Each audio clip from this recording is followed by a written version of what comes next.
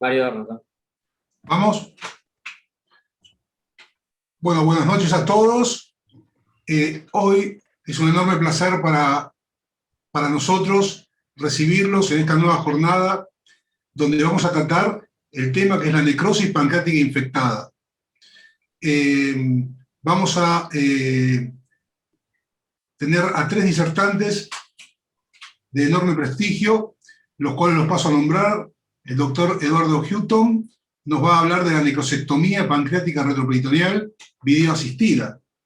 El doctor Eduardo Hutton es médico de la Fundación DAISIM, trabaja en el Hospital Rivadavia y es director del curso de cirugía percutánea de la Universidad de El Salvador. En segundo lugar, el doctor Pierini nos va a hablar de Wall of Necrosis, abordaje laparoscópico. Él es médico de planta del Hospital Iturraspe, jefe del sector HPV y trasplante hepático del grupo GED Santa Fe. Y la tercera conferencia va a estar a cargo del doctor Izaguirre, que nos va a hablar de Wall of Necrosis, abordaje endoscópico. El doctor Jorge Izaguirre es cirujano, endoscopista y econdoscopista del Hospital Italiano de Mendoza. También contaremos con un panel de comentadores que van a ser el doctor Javier Crisi, el doctor Francisco Suárez Anzorena, el doctor Russo Osvaldo, el doctor Álvarez Rodríguez y el doctor Benaín. Así que sin más, vamos a dar paso a la primera conferencia al doctor Eduardo Hutton. Adelante. Hola, ¿qué tal? Buenas noches a todos, buenas tardes. Bueno, primero quería agradecer a las autoridades del Club del Páncreas y la Asociación Argentina de Cirugía por la invitación a este curso, a esta disertación.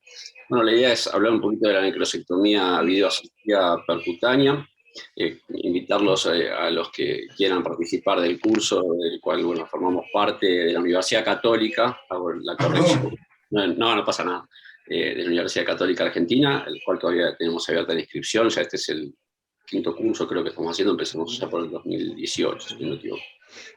Bueno, primero la idea un poquito es hablar de cuál es la incidencia de la pancreatitis, un poquito de la introducción de la población mundial. 3 millones van a tener pancreatitis, 20% van a ser severas, 1/3 tendrán necrosis infectada y de esos se van a morir aproximadamente 40.000 personas por año.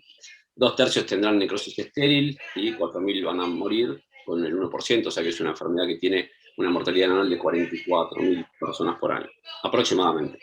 Las dos causas, hay un ruido de fondo, no sé quién tiene el mic abierto. Las dos causas de mortalidad son en la fase aguda el fallo multiorgánico y la necrosis infectada con sepsis y fallo de órganos en la fase más tardía. Tenemos mortalidad a 2 picos, uno en las primeras semanas y después más allá de la 4ª, 5ª semana. ¿Cuán grande es el problema? Lo podemos transformar en cuánto grande es el problema.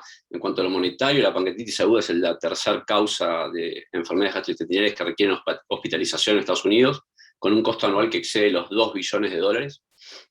El promedio de estadía hospitalaria para pacientes con necrosis infectada excede los 2 meses, o sea que es una patología que genera muchísimo costo.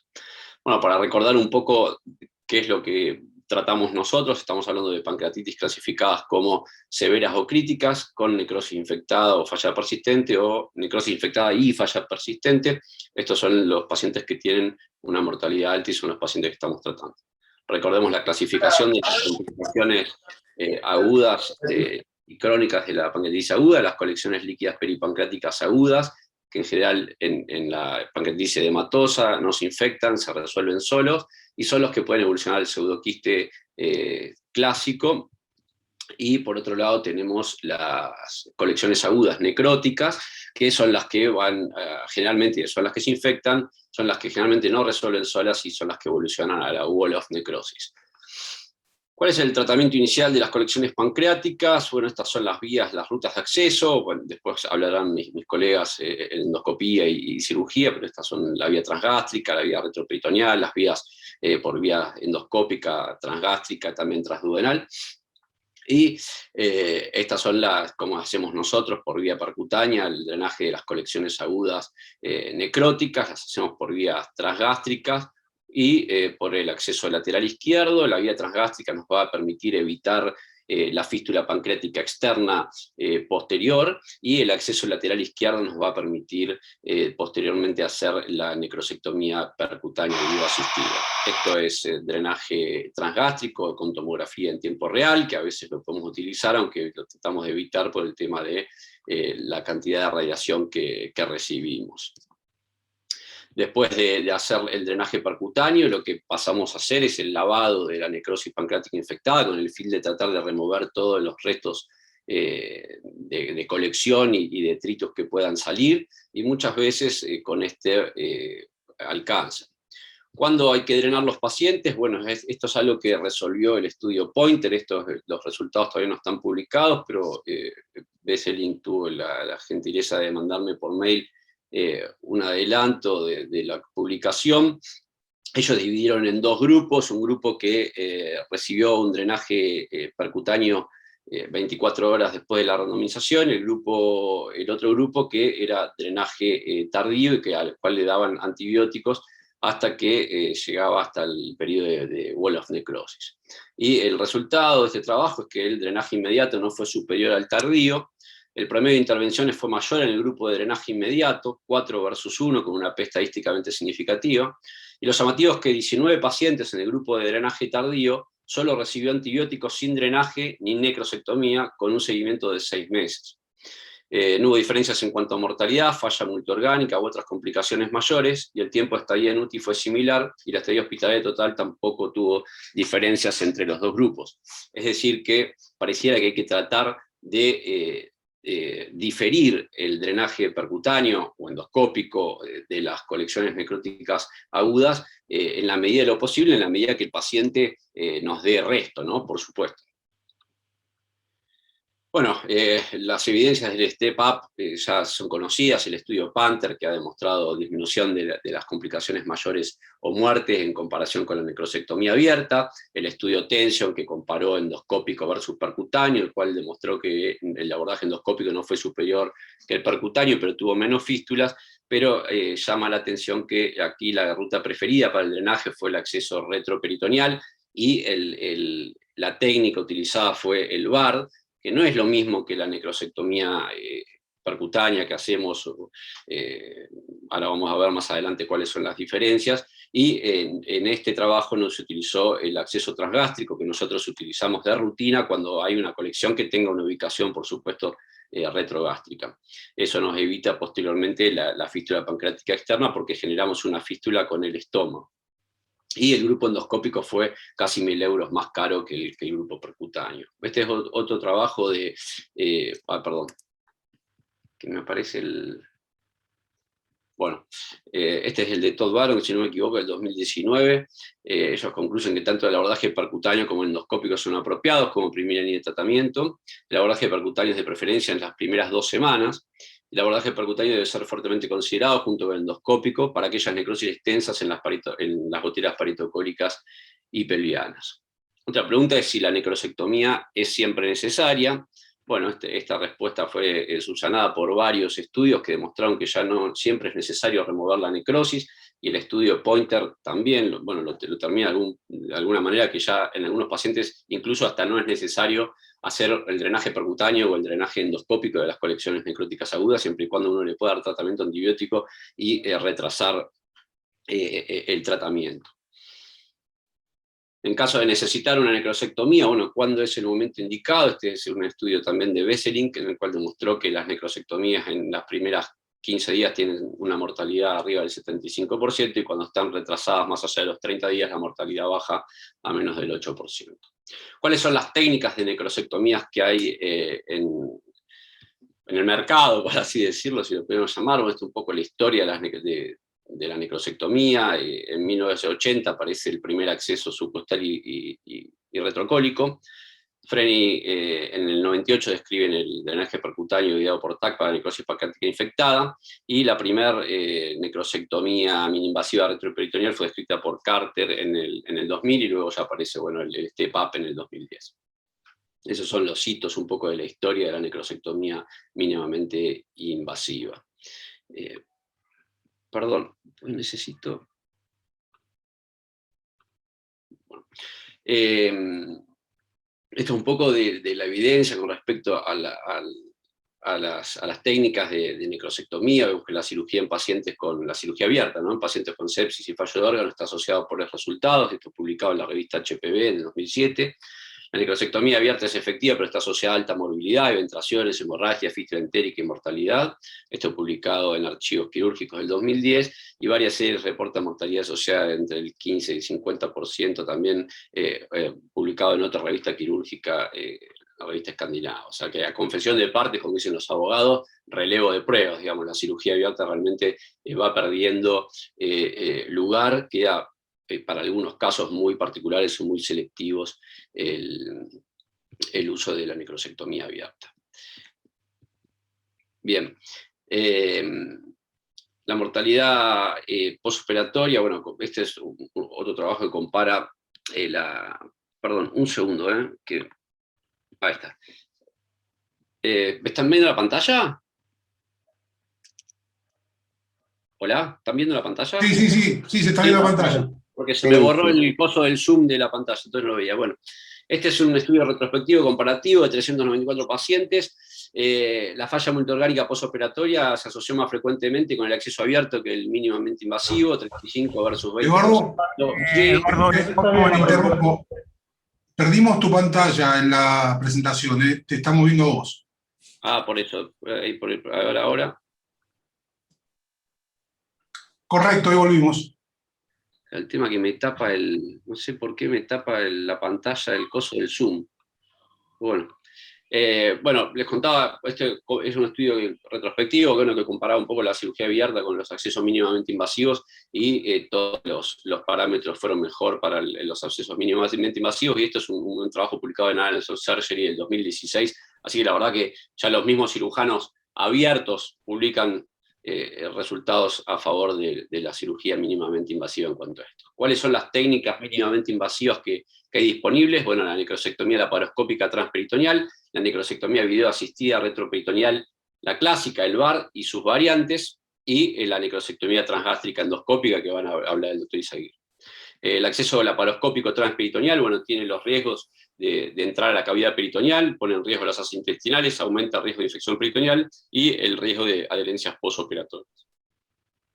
Bueno, pero igual es una cirugía que tiene lugar todavía en algunos pacientes, antes que Gustavo me salte a la yugular. Bueno, este es el VAR clásico. ¿Cómo empieza? El VAR clásico se hacía a través, cuando había un drenaje por ahí o no, se hacía una pequeña lumbotomía, y siguiendo el trayecto del drenaje que se había colocado, se hacía la necrosectomía colocando una cámara de laparoscopía y removiendo la necrosis con Fester. Este estudio, bueno, demostró en un seguimiento a largo plazo, con un promedio de 86 meses de seguimiento, que los pacientes que no tuvieron necrosectomía abierta y estuvieron en el grupo de Step Up tuvieron menos complicaciones que el grupo de cirugía abierta. Esto es como lo hacemos nosotros, la necrosectomía videoasistida, la retroperitoneal. Hacemos una técnica modificada. Empezamos en algunos casos, cuando la necrosis no es el páncreas entero, sino que son restos necróticos, uno puede hacer un VAR con cistoscopio, dilatando el trayecto con los dilatadores de tipo Amplatz. Pero cuando tenés que sacar un páncreas prácticamente entero, pasamos a utilizar una técnica que describió Navarrete, colocando un stent esofágico completamente recubierto, y a través de ahí, con la cámara de laparoscopía, hacemos la necrosectomía utilizando generalmente pinzas Fester o pinzas de laparoscopía, y a veces ayudándonos también con endoscopio. Ahora les voy a presentar algunos casos para que veamos algunos ejemplos. Esta es una necrosis pancreática infectada, fíjense, con aire y gas, drenado en forma transgástrica a través de acceso izquierdo, también en forma transgástrica alta, y fíjense que tenía necrosis hasta en las goteras paritocóricas y hasta fosa ilíaca izquierda en este caso. Lo que hicimos en este caso fue una necrosectomía videoasistida percutánea, pura en la primera vez. Ahí estamos colocando el stent, dilatamos el stent con balón de 20 milímetros, y a través del stent nos metemos con la cámara de laparoscopía. En este caso estamos utilizando una cámara de laparoscopía recta, y las pinzas, los graspers de laparoscopía y pasamos a hacer la resección de la necrosis. Lo hacemos hasta obtener un lecho sangrante, como pueden ver ahí, que está bastante sangrante. Ahí pueden ver el catéter transgástrico, llegamos hasta la región donde está el catéter transgástrico. En este caso, muchas veces necesitamos de un segundo procedimiento por la localización de la necrosis. Fíjense, en este caso utilizamos 2 stent, en una paciente que tenía necrosis extrapancreática, no solamente necrosis pancreática, y dada la angulación que necesitábamos para llegar a esas zonas, hicimos un procedimiento en conjunto con la gente de endoscopía, e hicimos una necrosectomía asistida con endoscopía, pero no transgástrica, es a través de los accesos laterales, ¿no?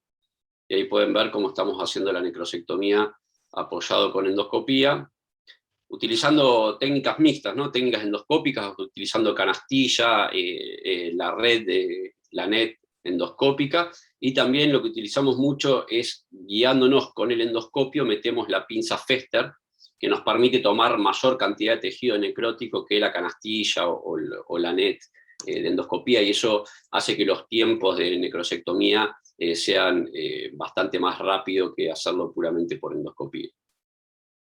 Y este es el resultado final de la tomografía de esta paciente, cómo esta paciente evolucionó bien, se fue de alta, fíjense, prácticamente no le quedó nada de necrosis, y resolvió bien. Esta era una pancreatitis no litiásica en este caso.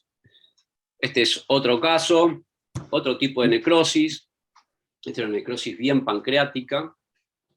Van a ver en la imagen, se va a ver todo el páncreas necrosado. Fíjense, toda esa gran necrosis, esa wall of necrosis. Acá sí se ve bien el término wall of necrosis, que es algo que yo creo que también habría que revisar, porque no todos los pacientes hacen wall of necrosis después de las 4 semanas de necrosis. Hay unos pacientes que tienen necrosis difusa, pancreática y extrapancreática, y hacen necrosis de toda la grasa, y no llegan a hacer nunca una pared. No sé si esto después lo dejo como interrogante a los panelistas, a ver si ustedes han tenido en su experiencia esos casos. Bueno, en este caso hicimos lo mismo, necrosectomía videoasistida percutánea, colocamos un stent a través del drenaje percutáneo lateral izquierdo, lo dilatamos. Esto, cuando tenemos algún sangrado, podemos hacer algún tipo de packing con venda a través del stent. Y esta es la pieza de resección de necrosectomía. Fíjense que salió toda esa wall of necrosis, salió completa, toda entera. Y este es el resultado final del paciente, el cual posteriormente, una vez hecho este tratamiento, sí se sometió a la colecistectomía, que se hizo una colecistectomía laparoscópica, sin ningún problema. Todavía está acá, no está operado. Ese fue el resultado final, después se le sacó ese catéter y el paciente se operó. Y por último, un caso clínico quizás el más interesante, una mujer de 63 años con estos antecedentes, que hace una pancreatitis necrohemorrágica, fíjense, el páncreas parecía por ahora estar bien, pero tenía mucho líquido peripancreático, líquido subfrénico. Esto evolucionó todo a necrosis posteriormente, tenía necrosis pancreática y extrapancreática. Comenzamos con drenajes percutáneos, dado el cuadro clínico de la paciente, y terminamos creo que con 17 drenajes. Fíjense la cantidad de catéteres que le pusimos a esta paciente.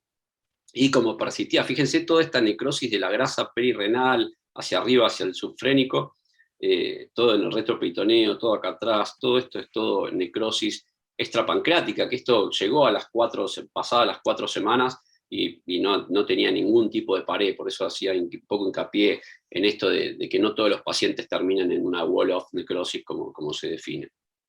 Bueno, estos todos los drenajes que le pusimos a la paciente. Como persistía con picos febriles y demás, pasadas las 4 semanas, pasamos a hacer la técnica de necrosectomía videoasistida. Hicimos una técnica combinada también con endoscopía, primero con laparoscopía, y luego para la parte del subfrénico derecho, esa que estaba ahí muy alta, hicimos un procedimiento combinado con endoscopía. Esto es una técnica que utilizamos para reenvainar el stent y no tener que utilizar 2 stents y abaratar un poco los costos. Utilizamos las vainas de los dilatadores del set de Amplatz, y a través de eso podemos recolocar el stent y utilizarlo para una segunda necrosectomía.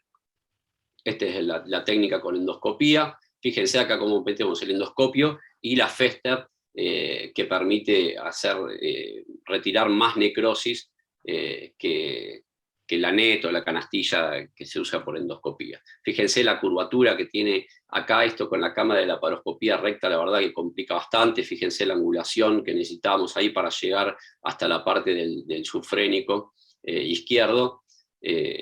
Bastante complicado, por eso se hizo el abordaje con endoscopía.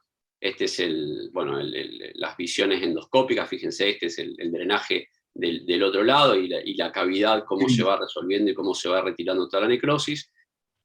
Y este es el control tomográfico. Perdón, se me pasó, ya termino, les muestro ese control para que vean cómo quedó esa paciente que tenía 17 drenajes. Fíjense cómo quedó toda la cavidad prácticamente sin necrosis, sin líquido. Posteriormente la paciente se operó de vesícula también y evolucionó favorablemente y se le pudo dar el alta. Bueno, para terminar, la necrosis complicada tiene una alta mortalidad y peor cuando se asocia a fallo multiorgánico. El step-up debería ser siempre el tratamiento inicial. Se puede esperar drenar empezando con antibiótico primero si el paciente tiene resto, digamos. Esto es en base a los resultados del estudio Pointer. No siempre es necesario remover la necrosis. Cuando es necesario, cuanto más tarde mejor. Y las necrosectomías mínimamente invasivas mostraron mejores resultados que la necrosectomía abierta. El abordaje endoscópico y percutáneo tienen resultados similares, y para esto creo que hay que tratar de trabajar interdisciplinariamente y ver cuál es el mejor abordaje para cada paciente en forma particular, y en base a eso es que no hay que anclarse un abordaje, sino adaptar los abordajes a cada paciente. Bueno, espero haber estado en tiempo, si no me equivoco. Muchísimas gracias por haber prestado vuestra atención. Bueno, muchísimas gracias, Eduardo. Vamos a dar lugar al doctor Pierini, que nos va a hablar de la Wall of Necrosis, abordaje laparoscópico. Mientras hacemos que comparta la pantalla, vamos a comentar que estamos hablando de 3 técnicas de manejo mini-invasivo de la necrosis pancreática, y que luego, una vez finalizadas las 3 exposiciones, vamos a abrir la discusión con los panelistas distinguidos que contamos hoy, para evaluar en conjunto la aplicabilidad y la indicación de cada una de ellas. Así que si estás ya listo, Leandro, damos paso a tu presentación. Perfecto. ¿Se me escucha? Perfecto. ¿Se me escucha? Sí, perfecto. sí. A ver, puedo abrirla. Ahí está. Bien. Ahí está. Bueno, primero, buenos días, buenas noches a todos. Muchas gracias por la invitación al Club del Páncreas, la Asociación Argentina de Cirugía, un honor realmente.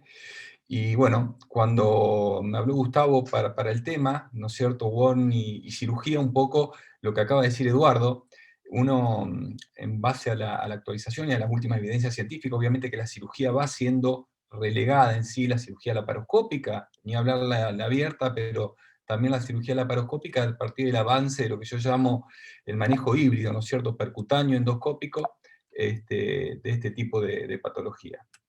Bueno, vamos a empezar. Algunos conceptos, vamos a reiterar un poco, alguna bibliografía, pero para no cansarlo vamos muy rápido. Simplemente que mi idea ahora es mostrar, más que una técnica en sí, sino cómo actuamos en un servicio de cirugía donde tenemos una casuística importante de pancreatitis aguda, dentro de esa cómo actuamos frente a los casos severos. Primero, el manejo siempre es clínico, bioquímico y por imágenes para hacer el laboratorio. Basamos, obviamente, en los parámetros de laboratorio, utilizamos la PCR, clasificamos la severidad de la pancreatitis según la clasificación, la revisión de Atlanta, en agudas leves, en la moderadamente severa, con falla orgánica que resuelve en 48 horas, es decir, una falla aguda transitoria, perdón, orgánica transitoria, y la severa en aquella que persiste, ya sea de un solo órgano o multiorgánica. Y obviamente a partir de eso tenemos la diferente evolución de los pacientes, pudiendo encontrar este tipo de paciente como a la izquierda con una pancreatitis aguda leve, o un paciente multiinvadido con traqueostomía, con sostén hemodinámico, etc., en aquellas severas o graves. La etiología fundamentalmente, y esto coincide creo con todos los grupos, biliar, siendo litiásica la primera, y después tenemos tenemos alta incidencia, digamos, de pacientes. Nosotros manejamos muchas veces la litiasis vesicular y coledociana por vía endoscópica, por eso ustedes van a ver ese 3.4% de post-CEPRE, y lo que estamos hablando es de un grupo de pacientes que entre 2014 y 2019 fueron 473 pancreatitis, donde hay un promedio de ingreso por mes de pancreatitis aguda a nuestro servicio de 8 pacientes. El total de casos, de acuerdo a la severidad del ataque, vamos a ver que el 85% es leve, hay un 2% es severa, y el resto moderadamente severas.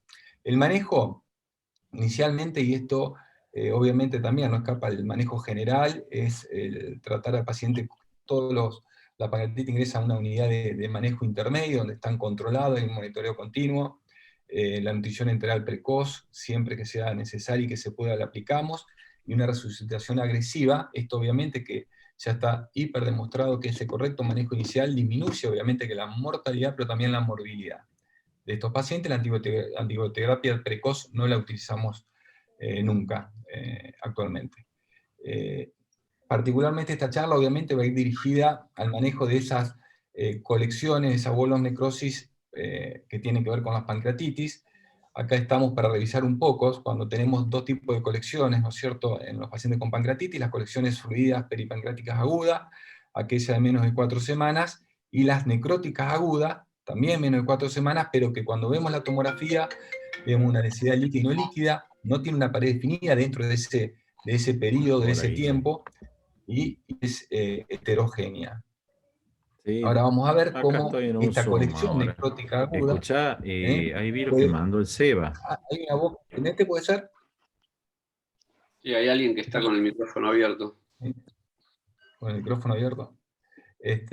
Bueno, justamente esas colecciones necróticas agudas, superando las 4 semanas, es cuando esa heterogeneidad pasa a tener una pared definida, ya sea pancreática, peripancreática, y vemos la imagen tomográfica, y donde hablamos de la bolonecrosis o la necrosis encapsulada, que ese es el caso que nos aborda. Nosotros siempre consideramos vigente el rol del tratamiento quirúrgico contra las complicaciones agudas y crónicas de la pancreatitis, principalmente, o de alguna manera lo consideramos dentro del esquema del Step Approach, como último quizás parámetro, pero siempre va a estar considerado en ese manejo multimodal, como bien lo dijo Eduardo. Y acá tenemos justamente, acá voy a pasar, las indicaciones de necrosectomía. La necrosis infectada, el paradigma actual, siempre en revisión, la colección aguda necrótica infectada con fallo orgánico, en fases tardías, siempre es preferible por métodos mini-invasivos, inicialmente percutáneos, radiológicos, endoscópicos. Videolaparoscópicos hoy ocupan un tercer lugar, un tercer plano. Siempre que se pueda retrasar, hay que tratar de retrasar, y evitar el desviamiento quirúrgico. Y realmente el quirúrgico abierto hoy día prácticamente encuentra muy poca aplicabilidad por lo ya demostrado por la biografía que mostró Eduardo. Las indicaciones de necrosectomía en fase temprana solo en casos de una clara infección de la necrosis pancreática, un deterioro asociado a un deterioro clínico del paciente con signos de sepsis, o con una pancreatitis fulminante, con un rápido deterioro, con fracaso de todas las medidas terapéuticas intensivistas, y como último recurso realmente. Y la infección de la necrosis per se, obviamente que no es una indicación quirúrgica absoluta, siempre hay que retrasarlo al máximo, y siempre que sea posible utilizar las técnicas mini-invasivas. ¿Cuándo actuar? Por ejemplo, en este caso, es donde vemos cómo hay signos evidentes de la necrosis infectada, y en esa colección que está complicado, donde se ve por métodos imagenológicos y signos obviamente evidentes clínicos del paciente, donde hay necrosis en esas colecciones peripancreáticas y pancreáticas. ¿Cuándo no actuar? Obviamente que eso está más que claro, en aquellas colecciones de menos de 4 semanas, cuando está estéril, el paciente asintomático y se mantiene estable. Ahora bien, la necrosectomía, cuando uno debe actuar, en las técnicas empleadas pueden ser percutáneas, endoscópicas, laparoscópicas, la retroperitoneoscopía o las técnicas quirúrgicas abiertas. No son excluyentes, pueden ser secuenciales, pero es fundamental en estos pacientes el abordaje multidisciplinario. Siempre decimos que es importante que en el equipo estén todos los actores, ya sea el cirujano percutanista, el cirujano endoscópico y el cirujano laparoscópico, porque no es que depende en qué puerta entra el paciente en este caso, sino que el paciente entra a la puerta donde hace absolutamente todo tipo de abordaje, porque obviamente está claramente demostrado cómo influye en la tasa de éxito y en la disminución de la mortalidad, cuanto menos invasivo es el manejo. Acá tenemos un ejemplo de los casos que se va a hablar el doctor Izaguirre, obviamente, pero el manejo endoscópico de estas colecciones, normalmente se hace en forma eco-guiada, transendoscópica, y se hace el abordaje con la colocación de este tipo de stent, que hoy viene realmente a facilitar el posterior o el ulterior limpieza de la necrosis por vía endoscópica en sucesivas endoscopías, y vemos cómo se va completando muchas veces la necrosectomía, que seguramente lo va a mostrar mucho mejor el doctor Izaguirre. Esto es lo que basaba recién, ¿no?, la muestra de cómo vamos avanzando en las técnicas de acuerdo a la evolución del paciente, con un Ateneo multidisciplinario, en los cuales siempre discutimos los casos. Acá vemos, por ejemplo, que muchas veces lo discutimos en Ateneo y otras veces encerrado en un ascensor, como nos quedamos encerrados con Gustavo y Oscar más una vez, acá en Santa Fe. Este es un poco lo que explicábamos recién. El manejo es por un equipo multidisciplinario, y acá tenemos como muchas veces podemos actuar por vía percutánea, endoscópica, dejando quizás arreglado el abordaje nuestro laparoscópico en última instancia. Esto es historia, básicamente. Estas son fotos que teníamos en nuestro servicio, que ustedes ven, como nos había enseñado en su momento el doctor Oría, la laparotomía siempre en boca de horno, y la necrosectomía en ciertos casos donde, bueno, los pacientes se encontraban y lo necesitaban, y esto es una foto quizá histórica. Hoy prácticamente, no sé en cuántos servicios podemos encontrar estos abordajes, dado justamente la tasa de morbilidad y mortalidad, ya demostrada por la bibliografía que mostró Eduardo en el abordaje abierto. Por eso creo yo que el abordaje quirúrgico en sí hoy queda arreglado para el abordaje, ya sea transperitoneal laparoscópico, la retroperitoneal videoasistida, que es digamos, está bien, es un abordaje que yo llamo híbrido, porque está el percutanista, está el endoscopista, nosotros ya van a ver, hemos llegado a utilizar, para este abordaje hemos llegado a utilizar, hemos llegado a utilizar incluso citoscopios, y obviamente el drenaje tangástrico laparoscópico, que quizás fue el gran avance inicialmente de la cirugía laparoscópica. Claramente, lo que mostramos recién, los artículos donde el abordaje mini-invasivo es muy superior al abordaje abierto, y el abordaje mini-invasivo endoscópico y percutáneo también lo es. Este era el antiguo escenario, donde estaba el cirujano profesor para el abordaje abierto, y hoy día la poca aplicabilidad que encontramos nosotros en la cirugía laparoscópica, que ustedes pueden ver, este es un abordaje transperitoneal, donde guiamos quizás la colocación de un drenaje o del drenaje de la colección, y después por vía laparoscópica generamos un debridamiento en aquellos que no logramos este acceso. Este es el acceso ideal. Acá tenemos en resumen cómo abordamos el paciente por vía laparoscópica transgástrica.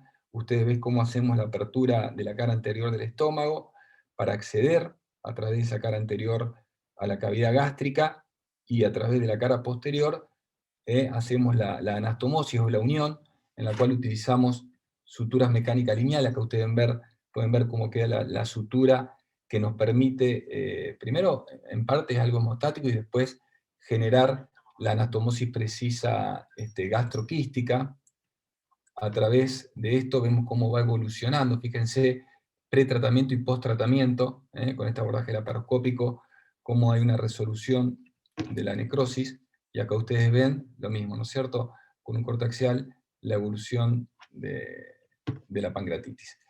Después está el VAR, como bien explicó Eduardo recién, el abordaje que nos enseñó el doctor Navarrete, con la colocación de un stent metálico posterior a quizás estos pacientes inicialmente va con un abordaje percutáneo puramente, cuando la necrosis en forma percutánea después de súbitos lavados uno no puede acceder, genera esta vía de abordaje, que esta vía de abordaje inicialmente hoy día con la vía endoscópica y con los canales de trabajo el endoscopio ayudó, pero nosotros muchas veces, y sobre todo también en la experiencia inicial, nos permitió abordarlo ya sea con un citoscopio o con el mismo endoscopio y con las pinzas laparoscópicas para hacer el debridamiento.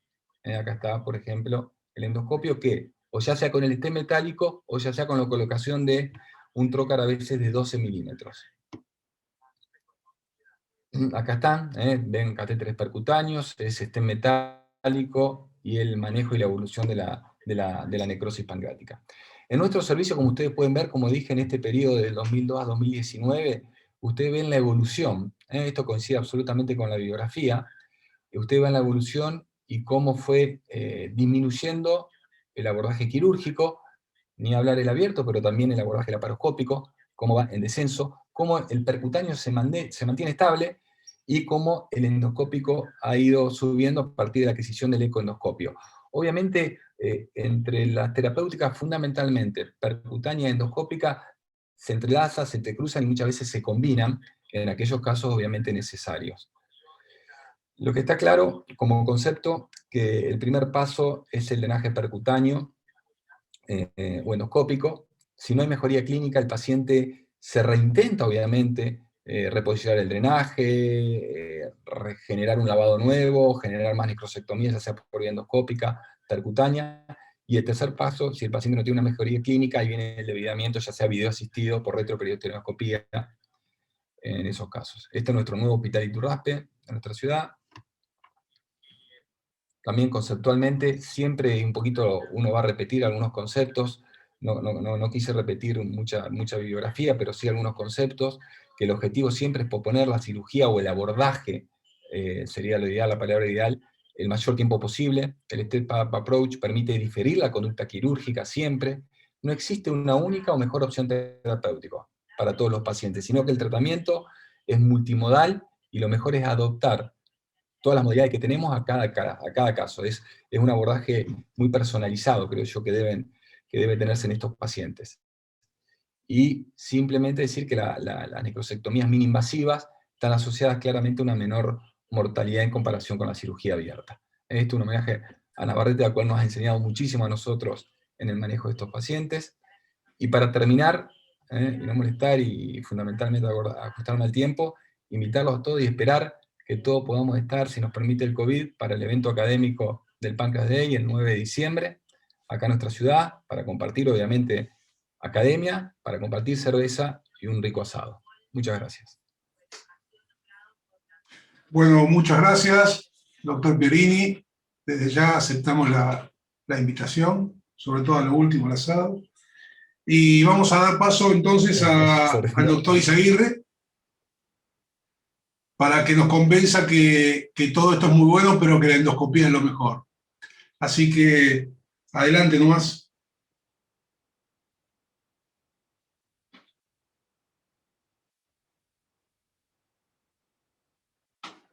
¿Estás compartiendo pantalla, Jorge?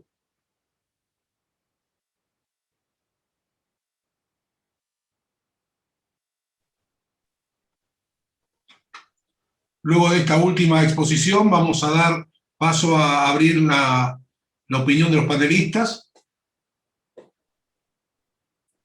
Así vamos a enriquecer la discusión. Cuando vos digas, Jorge, largamos, ¿eh?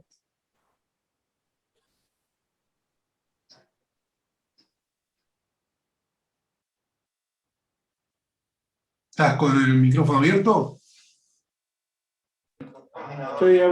¿Se ve la pantalla? Sí. Sí, perfectamente, ¿eh? ¿Se ve en forma de presentación o...? No, la tenés que poner abajo de todo. Andate abajo a la derecha, sí, a la copita. No, sí estoy... Sí, lo que pasa es que me lo oculta... los la integrantes. solapa que tiene, me lo oculta la solapa que está... Minimice así va a poder ver el PowerPoint. Sí, la solapa del Zoom te tapa la parte de arriba de la presentación. No, aquí me lo está tapando abajo. Abajo, bueno, a mí me lo tapaba arriba. O sea, me lo tapa abajo, no me permite ver la forma de presentación. Jorge, fíjate que lo podés correr. Jorge, fíjate que lo podés correr. No lo va a poder sacar, pero correr. Un poquito hacia abajo, doctor. Ahí está, ahí lo pude correr. Correlo. O correlo o dejá de compartir, maximizarle y poner compartir de vuelta. Y ahí seguramente podás.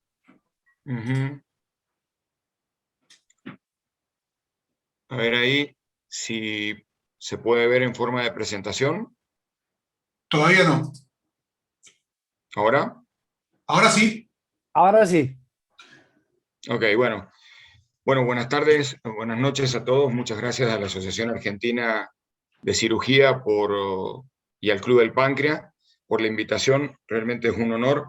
Y realmente estoy muy contento porque básicamente todas las presentaciones han hablado de la endoscopía como uno de los elementos, digamos, que ha surgido en los últimos años. Yo me acuerdo cuando íbamos a la Asociación Argentina de Cirugía hace varios años atrás y presentábamos todos nuestros casos resueltos por endoscopía, que nos lo había enseñado nuestro maestro, el doctor Claudio Navarrete, y realmente éramos vistos como realmente sapos de otro pozo. No existían los cirujanos endoscopistas, y bueno, me pone muy contento asistir a este nuevo cambio de paradigma, por supuesto, compartido con todas las otras técnicas, y como decía Leandro, y comparto ese término del manejo híbrido. Bien, en los próximos minutos vamos a hablar de la definición, descripción del problema, métodos de abordaje endoscópico y algunos nuevos enfoques del problema.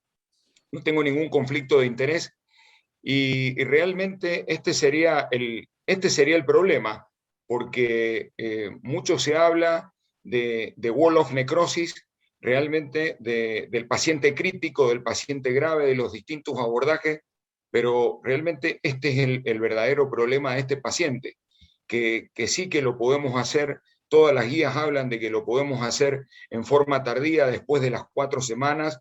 Hay algunas preguntas que todavía no están resueltas. ¿Qué pasa entre el 7º día y el día 25? ¿Qué otras cosas podemos hacer? Realmente hay muchas preguntas que todavía no tienen respuesta, y solamente les voy a mostrar lo clásico y algunas cosas nuevas que tienen que ver con el manejo estrictamente endoscópico.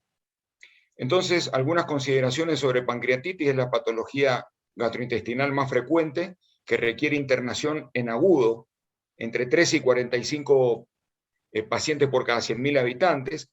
De estos pacientes, de esta pancreatitis necrótica o peripancreática, lo van a desarrollar hasta un 20% de los pacientes. Y de este 20%, el 30% va a desarrollar una necrosis pancreática. Esto es muy importante porque este tipo de pacientes, que tiene realmente muy alto riesgo y que es realmente el núcleo de pacientes a tratar, sobre el cual nos focalizamos fundamentalmente en este curso, es el paciente clave, para lo cual el grupo multidisciplinario es la clave para el abordaje de este tipo de pacientes. Después de la clasificación de Atlanta modificada, surgieron varios escenarios, como los que ustedes ven. Nos vamos a focalizar fundamentalmente en 2, en la wall of necrosis. Por supuesto, cada uno de estos escenarios o cada una de estas condiciones clínico-quirúrgicas pueden ser estériles o infectados. Y fíjense ustedes que aleatoriamente el número de 4 semanas es el punto de corte para tomar decisiones. Pero presten atención ahora a el número menor a 4 semanas, porque creo que esa es la pregunta que viene y sobre la cual vamos a tener que trabajar o vamos a tener que empezar a ver o a evaluar distintos tipos de estudios, ¿sí? ¿Cuál es la definición de wall of necrosis? O de qué estamos hablando para poder actuar. Es una colección fundamentalmente madura y encapsulada, que es la evolución natural de la colección necrótica aguda a wall of necrosis, que tarda aproximadamente 4 semanas y que se produce en el curso de una pancreatitis necrotizante. En el 75 al 80% de los casos, esto es necrosis pancreática y peripancreática. Solo un 5% involucra el páncreas y un 15 al 20% es peripancreática solamente. Entonces, los abordajes clásicos a los cuales estamos habituados es el abordaje, sin duda el abordaje médico. Luego, desde la década del 80, la cirugía es cuando la cirugía era el gold estándar. Luego el advenimiento en la década del 90, la cirugía laparoscópica, posteriormente el debridamiento retroperitoneal video asistido, los abordajes percutáneos, y sobre lo que voy a hablar es del drenaje endoscópico con el advenimiento de la ecoendoscopía. Entonces,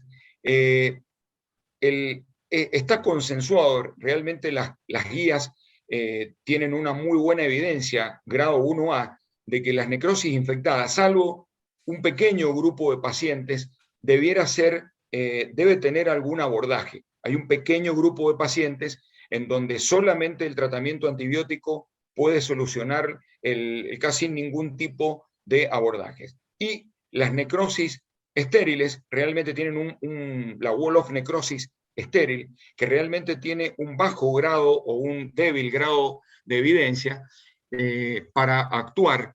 ¿Y cuáles serían los casos en donde uno debiera tener un tipo de abordaje?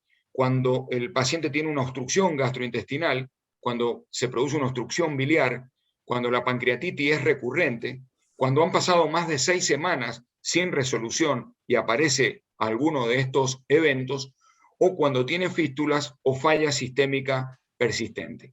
Esta es la curva bimodal clásica, donde existen 2 picos de mortalidad.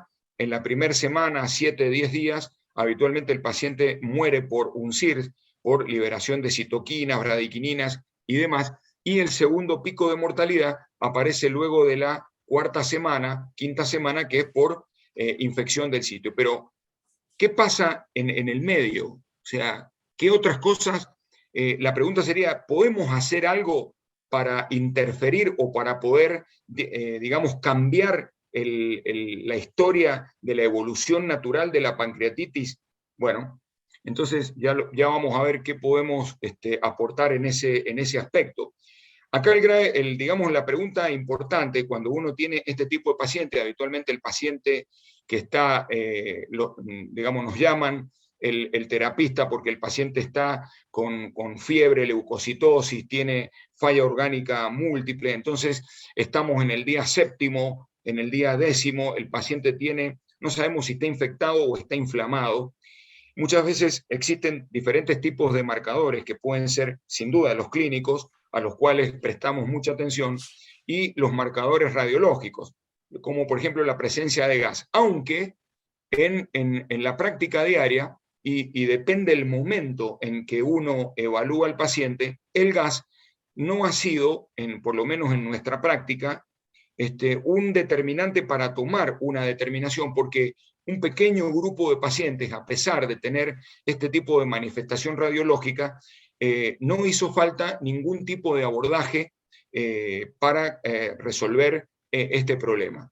Entonces, el deterioro clínico, sin duda, a pesar de la reanimación intensiva y la ausencia de otra fuente de infección, algunos marcadores como la procalcitonina, que tiene una alta sensibilidad y especificidad para determinar si el paciente está o no infectado, y bueno, lo que acabamos de hablar de la presencia de gas o no. Entonces, acá aparece, digamos, otro hito, que es, a ver, el paciente, necesitamos documentar si el paciente está infectado o no. Entonces, algunos trabajos ya hablan de que la punción es como que quedó relegada a algunos casos en particular, donde en los servicios o en los distintos tipos de unidades no se cuenta con algún otro método de abordaje.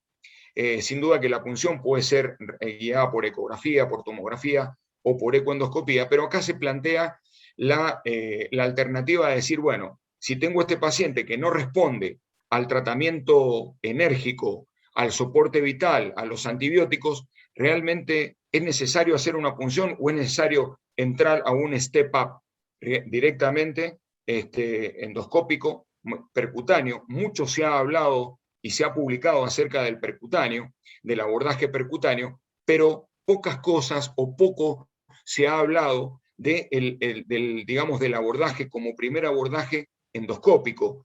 Entonces, esto es un poco la historia que comienza por la década del 90 con Todd Baron haciendo abordajes transgástricos, colocando distintos tipos de stent plásticos doble pigtail. Luego él incorpora la irrigación como método para aflojar la necrosis y posteriormente digamos que cae al tubo digestivo.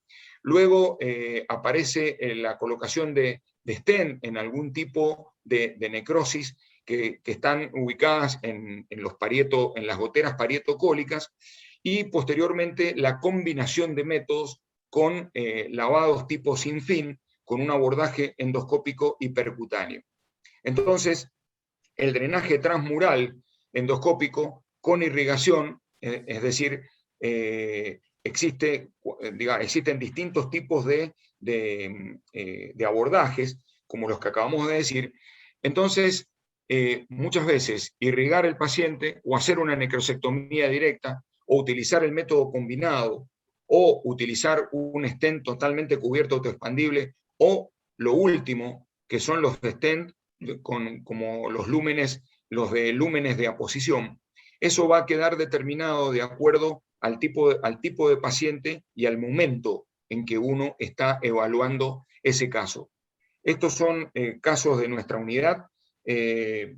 Así empezamos. Esto fue al principio, como nosotros éramos bastante entusiastas en este abordaje. Estos fueron los primeros abordajes que nos enseñó nuestro maestro, el profesor Claudio Navarrete.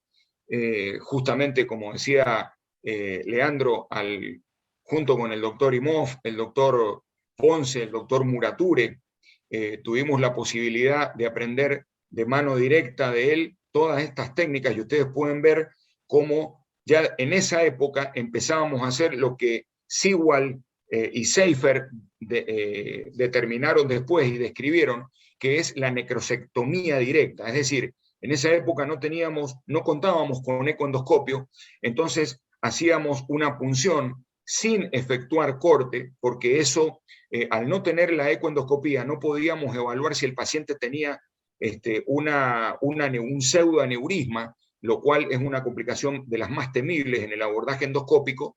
Entonces hacíamos una punción con colocábamos un balón de 20 milímetros y abordaje, luego dejábamos un stent, hacíamos la necrosectomía directa, y estos son nuestros primeros casos, y posteriormente dejábamos un stent para abordaje a las 48 horas reglado. Fíjense ustedes el tejido de cicatrización, ya el paciente tenía una evolución clínica diferente. Luego empezamos a utilizar, con el advenimiento de los drenajes percutáneos, los lavados, como ustedes pueden ver ahí, y hacíamos abordajes combinados con drenaje de aposición, stent de aposición transgástricos y abordajes percutáneos directamente, y hacíamos lavajes, hasta que aparece la ecoendoscopía. La ecoendoscopía tiene sus inicios en la década del 80, y fue el ecoendoscopio, digamos, pensado para evaluar estructuras retroperitoneales. Bueno, entonces es aquí cuando Sewall comienza a mostrar las bondades del abordaje ecoendoscópico. Ustedes pueden ver ahí cómo uno puede determinar claramente el sitio, y estos son algunos casos de nuestra unidad: abordaje a la necrosis, luego posteriormente la colocación de un stent de aposición, y posteriormente poder ingresar y hacer la necrosectomía si realmente era necesario. Hay un grupo de pacientes a los cuales no era necesario, entonces directamente era un tipo de control. Fíjense ustedes acá, tenemos la posibilidad, ustedes pueden ver en este video, cómo con el Doppler podemos identificar si a nivel de la pared existe la gran temida complicación, que es un pseudoaneurisma, y poder trabajar tranquilamente. Otra característica importante a tener en cuenta es que la colección para colocar este tipo de stent de aposición debiera tener, según las guías, hasta un 60% de estructura líquida.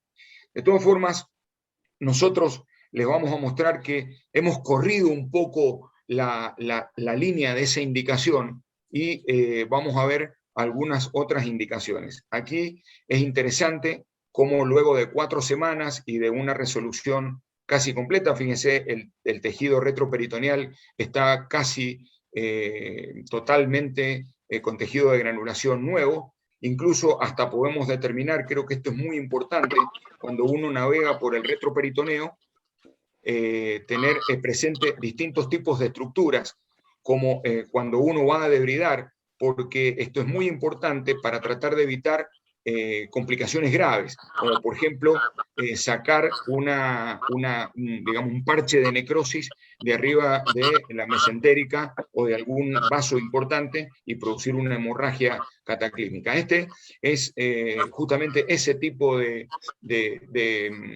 complicación. Este es un slide que gentilmente me cedió nuestro maestro, el doctor Navarrete. Es un caso que él resolvió. Y fíjense ustedes cómo tiene un pseudoaneurisma, ¿sí? Afortunadamente, bueno, en manos de él todo se ve fácil, pero bueno, en realidad esto es una técnica bastante compleja. Fíjense ustedes el pseudoaneurisma. Entonces, él, como nos tiene acostumbrados, como él cohíbe claramente y puede seguir haciendo la necrosectomía. Bien, en distintos tipos de casos como este, por ejemplo, este era un paciente que nos fue derivado a nuestra unidad, y fíjense ustedes, este paciente llevaba ya casi 6 meses, pero este paciente tenía de una wall-off necrosis. Este paciente no tenía fiebre, no tenía nada, simplemente el paciente no podía comer, tenía una compresión a nivel del tubo digestivo. Este paciente había perdido mucho peso, entonces fíjense, casi no hay espacio para colocar un stent de aposición. Sin embargo, nosotros vimos y ya sabíamos por el abordaje, cuando tuvimos nuestro entrenamiento en la residencia de cirugía, vimos que muchos de estos componentes, en lo que antiguamente se llamaba necroma, tenía un componente más, digamos, más soft en el medio, y ustedes pueden ver ahí, eso nos ayudó fundamentalmente para ver, y fíjense cómo casi en el centro era material purulento, ¿sí? Lo cual eso no fue evidenciado en la resonancia, pero nosotros pudimos colocar, y fíjense con la facilidad que pudimos hacer la necrosectomía, y ahí ustedes pueden ver la resolución completa del caso en 3 sesiones. Bueno, esto fue lo que nos enseñó el doctor Navarrete. Fuimos los primeros en la Argentina, junto con el doctor Imhoff, con el doctor Ponce y Murature, en aplicar esta técnica, que se basaba fundamentalmente en extensiones, digamos, necróticas por las goteras paracólicas. Entonces ahí utilizó el doctor Navarrete un abordaje percutáneo colocando un stent esofágico. Él medía, y eran stent prácticamente a medida, de 17, 19 centímetros de largo, totalmente cubiertos, y podía acceder al retroperitoneo, como lo ven ahí.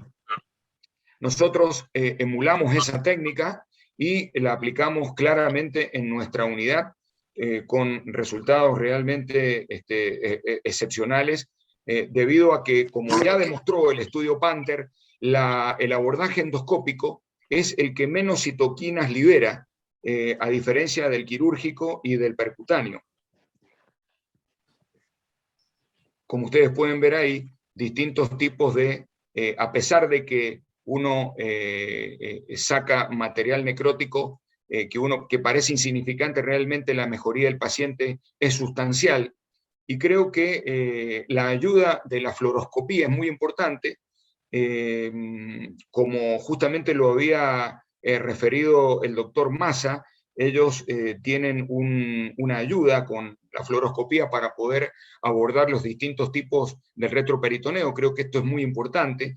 Nosotros utilizamos la fluoroscopía para evaluar los distintos compartimentos del retroperitoneo y poder navegar con cierta tranquilidad, por supuesto, reconociendo distintos tipos de estructura y utilizando distintos tipos de digamos, de elementos que tenemos en el armamentario quirúrgico, como un grasper de la laparoscopía o directamente el endoscopio. Este es el trabajo clásico de Besselink, donde él demuestra que luego de los 30 días la necrosectomía es mucho más segura porque tenía menos complicaciones, pero empezaron a aparecer distintos tipos de trabajos donde que empiezan a hablar de la necrosectomía temprana y del drenaje temprano. Es así que aparece este trabajo, ¿sí?, de Trikudanathan en el 2018, un trabajo bastante interesante, pero que adolece de algunas fallas, porque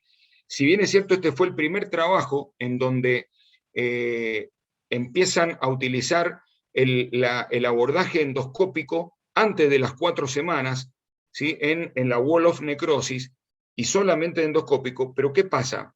Él tiene una heterogeneidad en el trabajo donde muestran que habían hecho drenajes percutáneos, endoscópicos, combinados y con cirugía abierta, lo cual no nos daba una... Si bien es cierto que las complicaciones fueron y la mortalidad fue menor en el grupo de endoscopía, pero en realidad los resultados son bastante, digamos, bastante... Hay que tomarlo con cuidado los resultados porque es un grupo muy heterogéneo. Posteriormente, en el 2020, aparece este trabajo del grupo de Rochester, del grupo de Todd Baron, en donde ellos randomizan 2 grupos de pacientes sobre 161, randomizan 2 grupos de pacientes a los que les hacen una intervención temprana, es decir, antes de las 4 semanas, en wall of necrosis, y otra más tardía. Entonces, toman diferentes tipos de parámetros, fundamentalmente. ¿Por qué? Porque acá lo que define wall of necrosis es realmente el encapsulamiento de la pared. Entonces, ellos determinan que, digamos que por tomografía, si la pared la pueden ver con el contraste, entonces ellos dicen que eso los autoriza a poder hacer el abordaje antes de las 4 semanas, y cuando tienen más del 80% de, digamos, de cobertura de esa colección. Y cuando no lo podían ver o lo veían en forma difusa, entre el 20 y el 80%, también era otro tipo de indicación. Entonces, ¿qué vieron? Que los pacientes a los que hicieron este tipo de abordaje antes de la 4ª semana, en ese espacio que todavía no era explorado y sobre los cuales no hay prácticamente trabajos acerca del abordaje endoscópico puro, ellos mostraron que eran pacientes graves. La indicación fundamental fue la infección que no podía ser manejada por soporte médico y con tratamiento enérgico de antibiótico terapia. Eran pacientes realmente graves. Ellos vieron que los parámetros eran más o menos iguales con la intervención tardía, pero que la mortalidad realmente era 0. Entonces eso empezó a cambiar un poco la historia acerca del abordaje endoscópico. Este es un caso nuestro que seguramente muchos de los endoscopistas avanzados y terapéuticos que están viendo esta charla seguramente deben haber abordado algún tipo de paciente que realmente le quemaba al grupo, el terapista que está encima, que no puede manejarlo, el paciente que está muy grave, que tiene una falla persistente, pero todavía no se han cumplido las 4 semanas, entonces había que hacer algo. Y bueno, este es uno de los casos nuestros en los cuales un paciente que tenía antes de la 4ª semana era ese tipo de paciente, entonces le hicimos un abordaje con un stent de aposición de lumen. Fíjense ustedes cómo acá podemos ver que tiene menos entre el 20 y el 80% de la pared digamos, de la wall of necrosis, de la necrosis, y este fue el efecto que se produjo, donde salía prácticamente a presión todo ese contenido. Bien, habitualmente la indicación que tenemos cuando es necesario hacer la necrosectomía es que si el componente es central, es decir, está relacionado con el tubo digestivo, con el estómago o el duodeno. El abordaje es transgástrico. Si esto es, digamos, si la gotera paracólica está invadida porque el proceso sigue, utilizamos el abordaje percutáneo con un stent, como los mostramos según la técnica del profesor Navarrete, pero ahora nos queda la pregunta de qué va a pasar si realmente podemos cambiar nosotros la historia abordando a los pacientes antes de que, como está escrito en la guía, y realmente son guías y tienen algunos números, digamos, que son aleatorios, si realmente con la necrosectomía temprana nosotros podemos cambiar. Creo que ese es el desafío que viene de aquí para adelante, y los trabajos, vamos a esperar ese tipo de trabajo. Sería la evolución en los últimos 20 años del manejo de esta grave patología, desde la década de los 80, donde solamente era el abordaje quirúrgico, pasando por los abordajes percutáneos, que también nosotros hacemos en nuestra unidad, hasta llegar hasta nuestros días con los abordajes endoscópicos y el advenimiento de la ecoendoscopía. Para finalizar, creo, les traigo un par de novedades que creo que son bastante interesantes y que no vienen de la mano precisamente de la terapéutica, y creo que esto va a ser el futuro, que es fundamentalmente para definir si esto lo vamos a hacer en forma temprana o no, como ellos, el grupo de Baron, dice, para ellos es muy importante ver la cápsula, entonces es muy importante la imagen. Creo que la resonancia nuclear magnética de 7 Tesla nos puede ayudar para definir este tipo de abordajes y en pacientes selectos. Y lo otro viene desde el punto de vista de la, digamos, de la farmacología, que es el manejo del NLRP3. Este es un inflamosoma que va por la vía de la hipoinflamación. Esto está en el citosol de los macrófagos que están en el parénquima pancreático y son los que regulan la necrosis pancreática. Es decir, que si en algún minuto se logra controlar este tipo de respuesta, probablemente los pacientes tengan algo, digamos, una respuesta o una patología mucho más atenuada, y habremos realmente ganado una batalla importante, porque es mucha la gente que muere de este tipo de patología. Muchas gracias.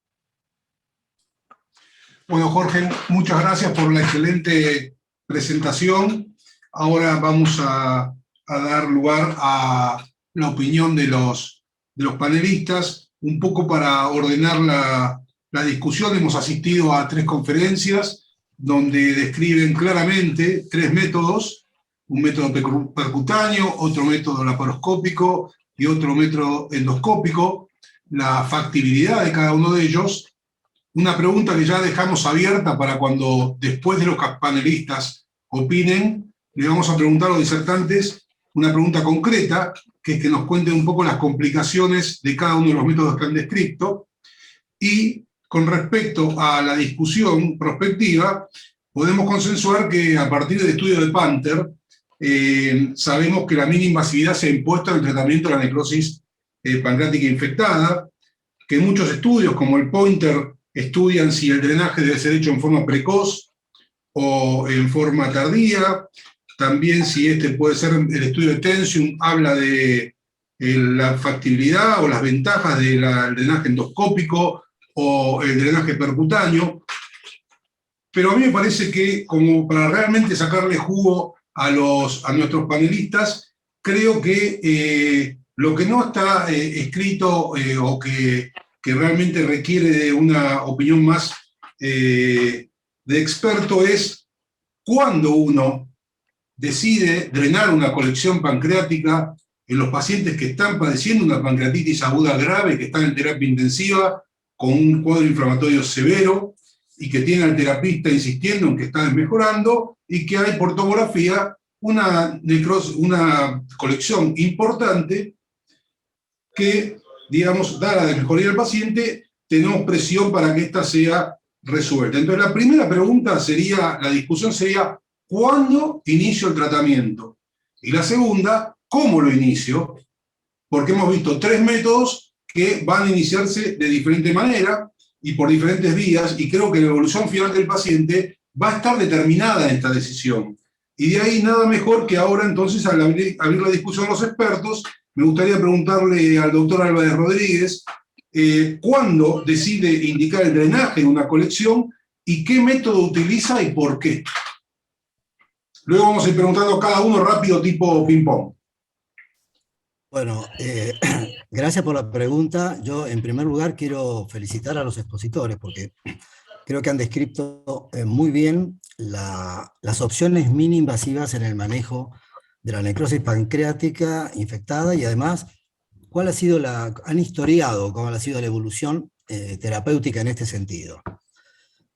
Con respecto a tu pregunta, yo creo que es fundamental, lo primero es establecer si un paciente tiene disfunción o no tiene falla orgánica y tiene lesiones visibles ecográfica o tomográficamente, y esa es una indicación de que no responde al tratamiento médico, donde obliga a un tratamiento invasivo sí o sí. Y por supuesto que depende dónde están ubicadas las lesiones, qué tipo de tratamiento se va a utilizar. Obviamente el menos invasivo de todos es el drenaje percutáneo. Si la lesión es visible, digamos ecográficamente, tiene contacto parietal y es abordada en forma percutánea, no hay la menor duda que ese paciente tiene que recibir un drenaje. Y drenar es lo primero que hay que hacer, con lo cual se logra generalmente en un porcentaje alto de enfermos sacarlo de la disfunción o falla orgánica, y después se verá si es necesario o no, como ya dijo Houghton en su momento, si es necesario o no una necrosectomía para continuar el tratamiento. Yo creo que esa es, digamos, una indicación de urgencia ante un paciente con colecciones visibles y que tiene disfunción o falla orgánica.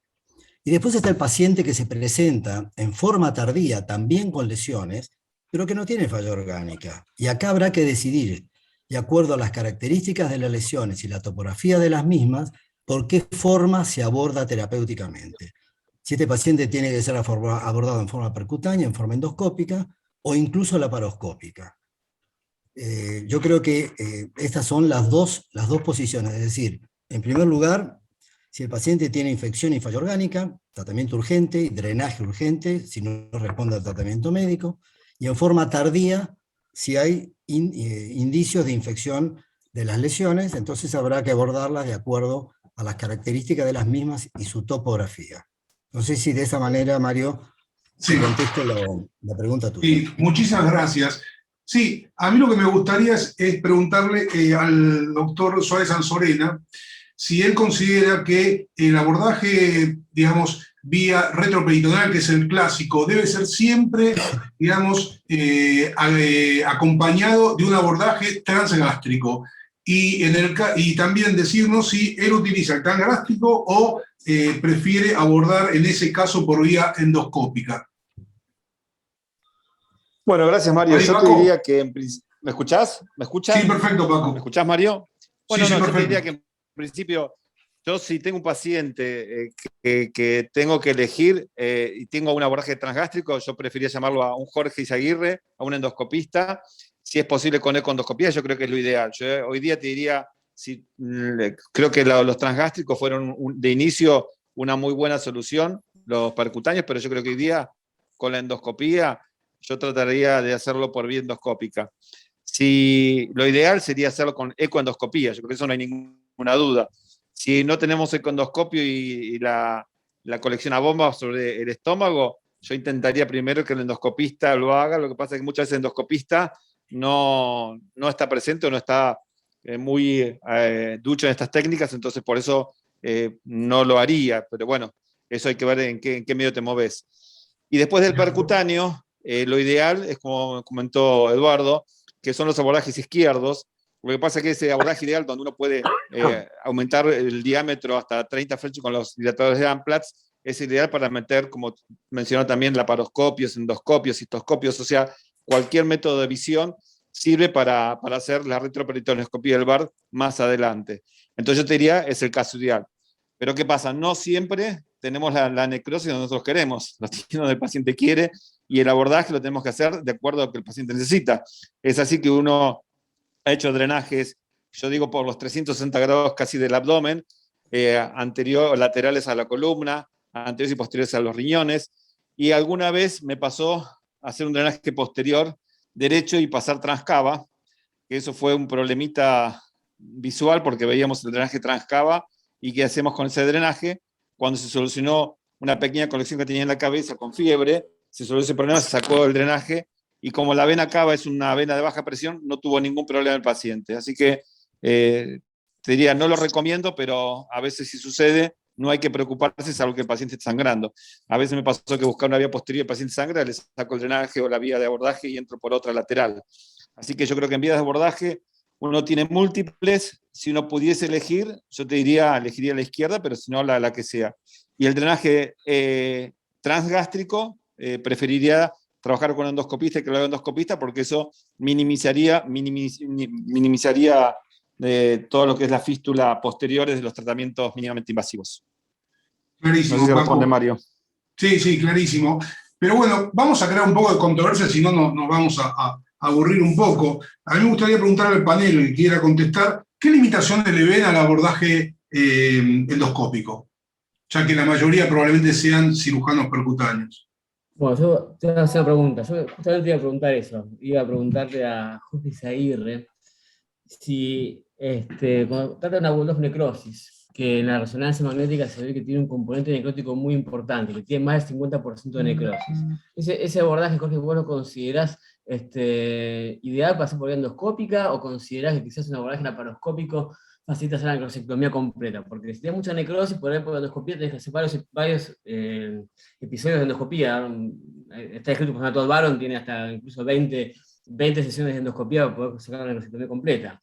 Y claro, un abordaje laparoscópico, como mostró Leandro, en un solo intento puede sacar toda la necrosis junta, ¿no? Así que, dado tu experiencia con eso, si vos indicás siempre, tenés en cuenta el porcentaje de necrosis para hacer el abordaje endoscópico o no. Mira, Gustavo, yo creo que lo interesante acá es determinar en qué momento uno ve a ese paciente. O sea, porque está bien, uno dice, bueno, tiene el 50% de necrosis, primero. Segundo, ¿en dónde está ubicado? Si eso está ubicado retrogástrico o en relación al duodeno, o si eso está ubicado a nivel de las goteras paracólicas. Eso a nosotros nos marca un tipo de abordaje. Si es retrogástrico o transduodenal o retroduodenal, el primer abordaje que hacemos es endoscópico. Independientemente de que uno lo puede resolver en un caso o en el otro, nosotros sabemos que incluso cualquier gesto que se le haga al paciente en esa condición, o estamos hablando que es un paciente grave, eso puede generar y empeorar el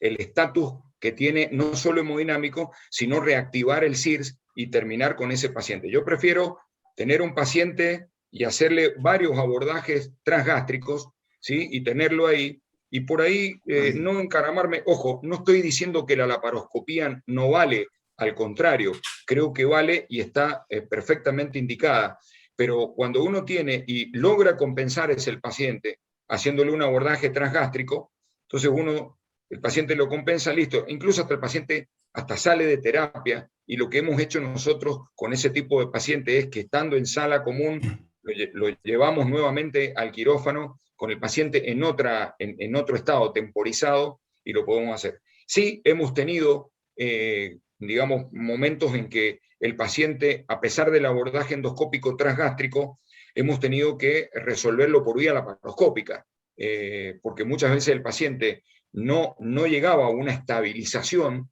después de haberlo hecho, y creo que eso forma parte del tratamiento endoscópico. Creo que no es la panacea absoluta de todo, pero que tiene una indicación apropiada, y en manos entrenadas creo que eso puede resolver un grave problema como el que vos planteás. Mario. Sí, doctor.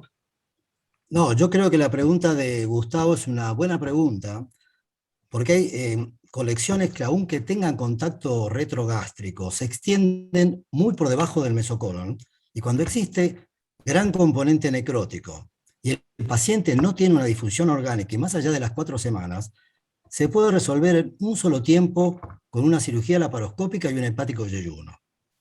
Es decir, que yo creo que esa es una indicación ideal para el abordaje quirúrgico laparoscópico, que no deja de ser un abordaje mini-invasivo.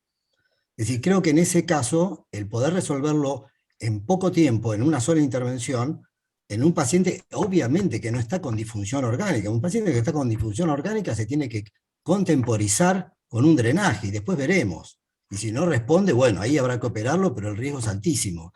Pero en un paciente en forma alejada, con una colección de esas características y un predominio de contenido necrótico y poco líquido, es un enfermo que se resuelve bien por la laparoscopía. Bien. Y el doctor Osvaldo Russo, nos gustaría escuchar su opinión al respecto, o Federico Brahim, luego. Buenas noches. Bueno, felicitaciones a todos los panelistas. Por suerte trabajo en un centro, en el Hospital del Cruce, donde tenemos un servicio de gastroenterología muy intervencionista, muy... ¿Me están escuchando? Sí, ¿no? Sí, perfectamente. En los cuales trabajamos juntos, un área de percutáneo también con mucha experiencia, y tenemos pacientes tan complejos como estaban comentando todos los panelistas.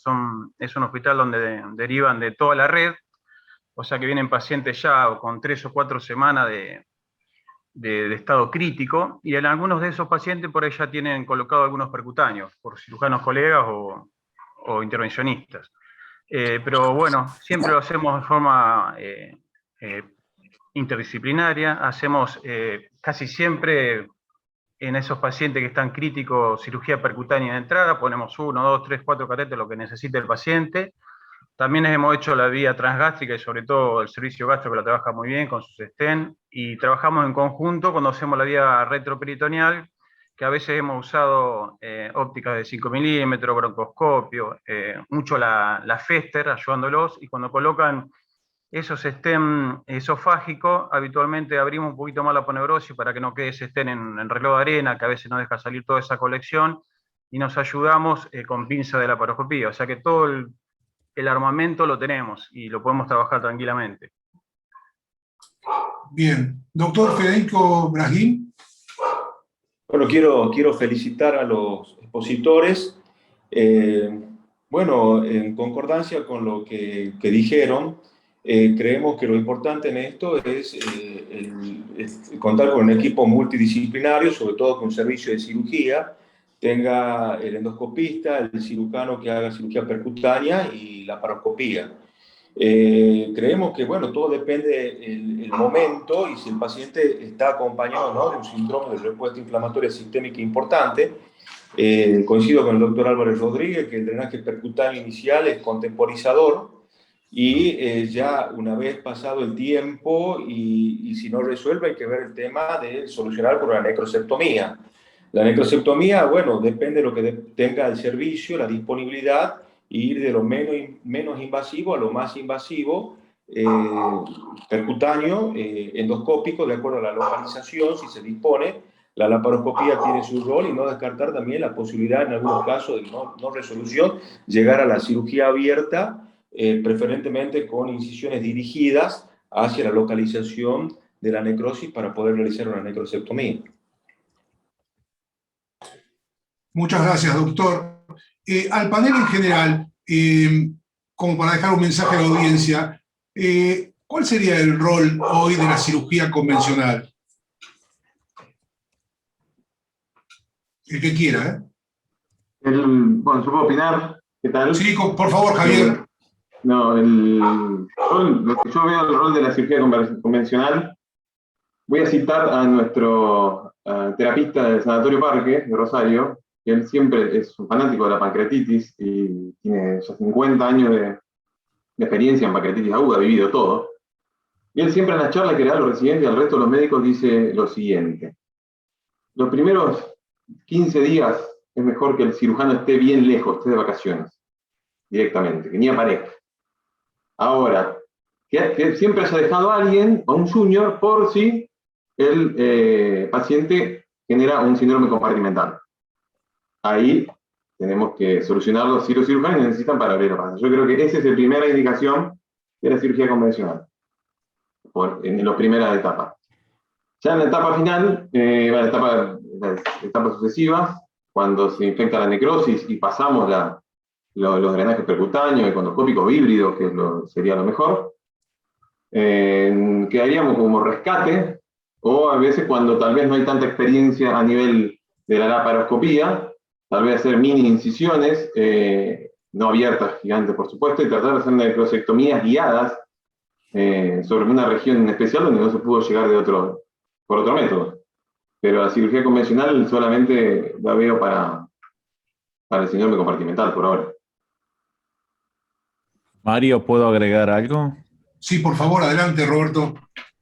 Bueno, primero felicitar a los organizadores, a vos, Mario, y todos los disertantes. Yo agregaría, para las complicaciones de los métodos mini-invasivos que no se puedan resolver de forma conservadora, ya sea lo percutáneo, lo endoscópico, etcétera. Y también, obviamente, cuando está asociado al síndrome compartimental abdominal, y un grupo gris si hay una necrosis pancreática infectada con macro burbujas que no puedes diferenciar si hay una necrosis colónica o no. ¿Estamos? Yo creo que eso lo adaptaría también. Muy bien. Y en la experiencia de los panelistas, pensando en el Step-Up Approach como un punto de inflexión en el tratamiento de esta patología, en su experiencia de la práctica diaria, quien quiera contestar, ¿cuántos pacientes han requerido llegar a la necrosectomía por las diferentes técnicas mini-invasivas? ¿Y cuántos pacientes estadísticamente no han requerido y han solucionado su patología simplemente con un drenaje o con varios?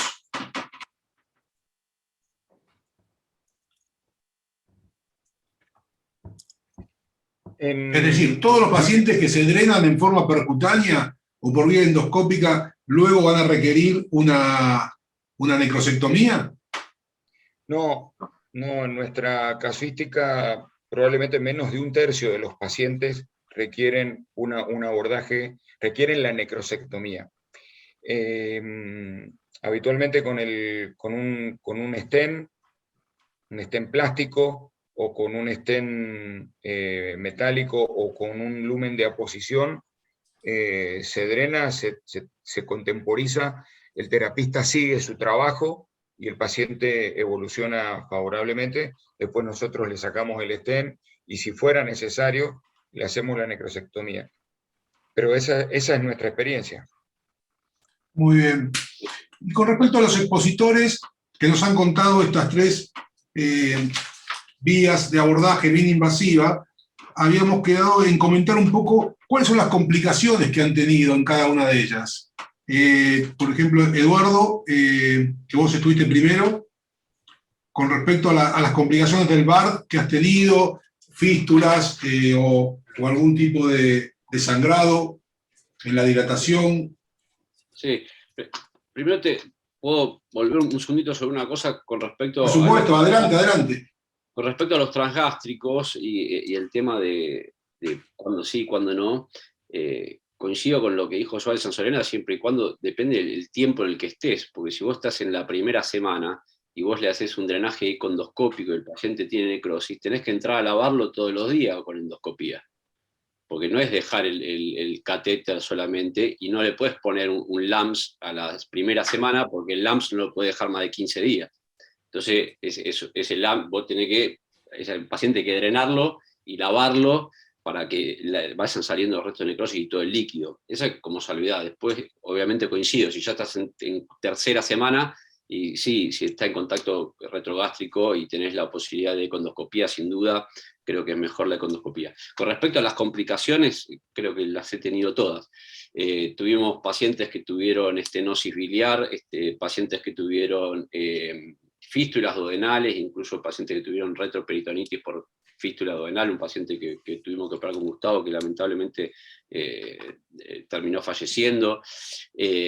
Tuve otro paciente con un sangrado del tronco, de la unión de la esplénica con la mesalaica menor.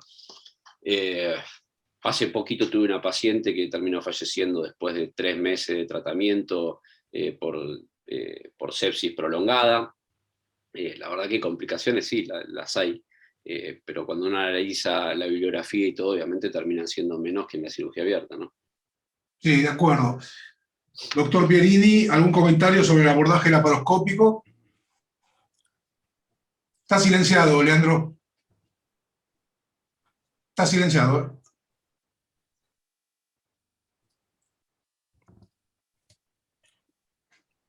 ¿Ahora? ¿Se escucha? Ahora correcto, sí, sí. Bien.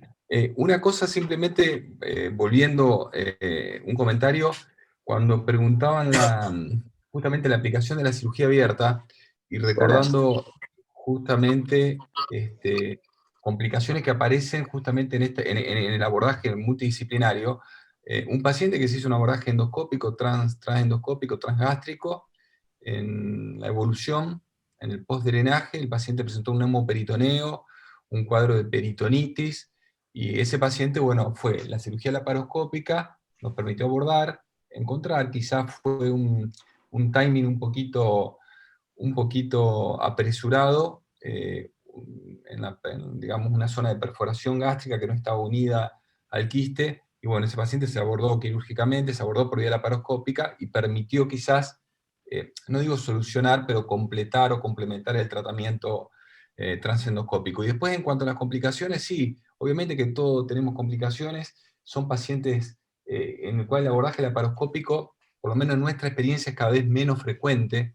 Hoy día la cirugía endoscópica y la cirugía percutánea nos fue ganando terreno, pero lo que hemos tenido en una experiencia inicial, principalmente sangrado, que se pudo manejar por vía endoscópica a nivel de la unión gastroquística, y después hemos tenido un caso que hubo que convertir por un sangrado en el momento de la intervención, que no se pudo controlar por vía laparoscópica. Bueno, se tuvo que convertir y complementar todo por cirugía convencional.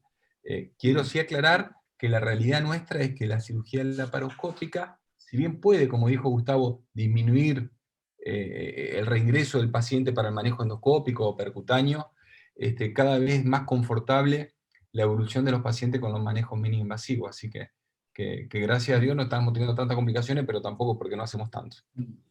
Hoy día, con un paciente con un pseudoquiste alejado, sintomático, en relación directa o íntima con el estómago, ¿indicarías una quisto gastro, una quisto de ayuno, o directamente un drenaje endoscópico? No, un drenaje, hoy día nosotros, particularmente un drenaje endoscópico con ecoendoscopía, obviamente. Yo creo que hoy, digamos, también para el manejo de estos pacientes, el ecoendoscopio tiene que estar en el arsenal del endoscopista, y no dudamos cuando está tan complaciente, bien supramesocolónico, en contacto directo con la cara posterior del estómago, en indicar el manejo endoscópico. Bueno, muy bien. Y el doctor Izaguirre, ¿nos querés comentar, Jorge? Y bueno, nosotros también hemos tenido las complicaciones, probablemente todas las complicaciones de la endoscopía en más de ya 20 años de cirugía endoscópica, así que hemos tenido hemorragias.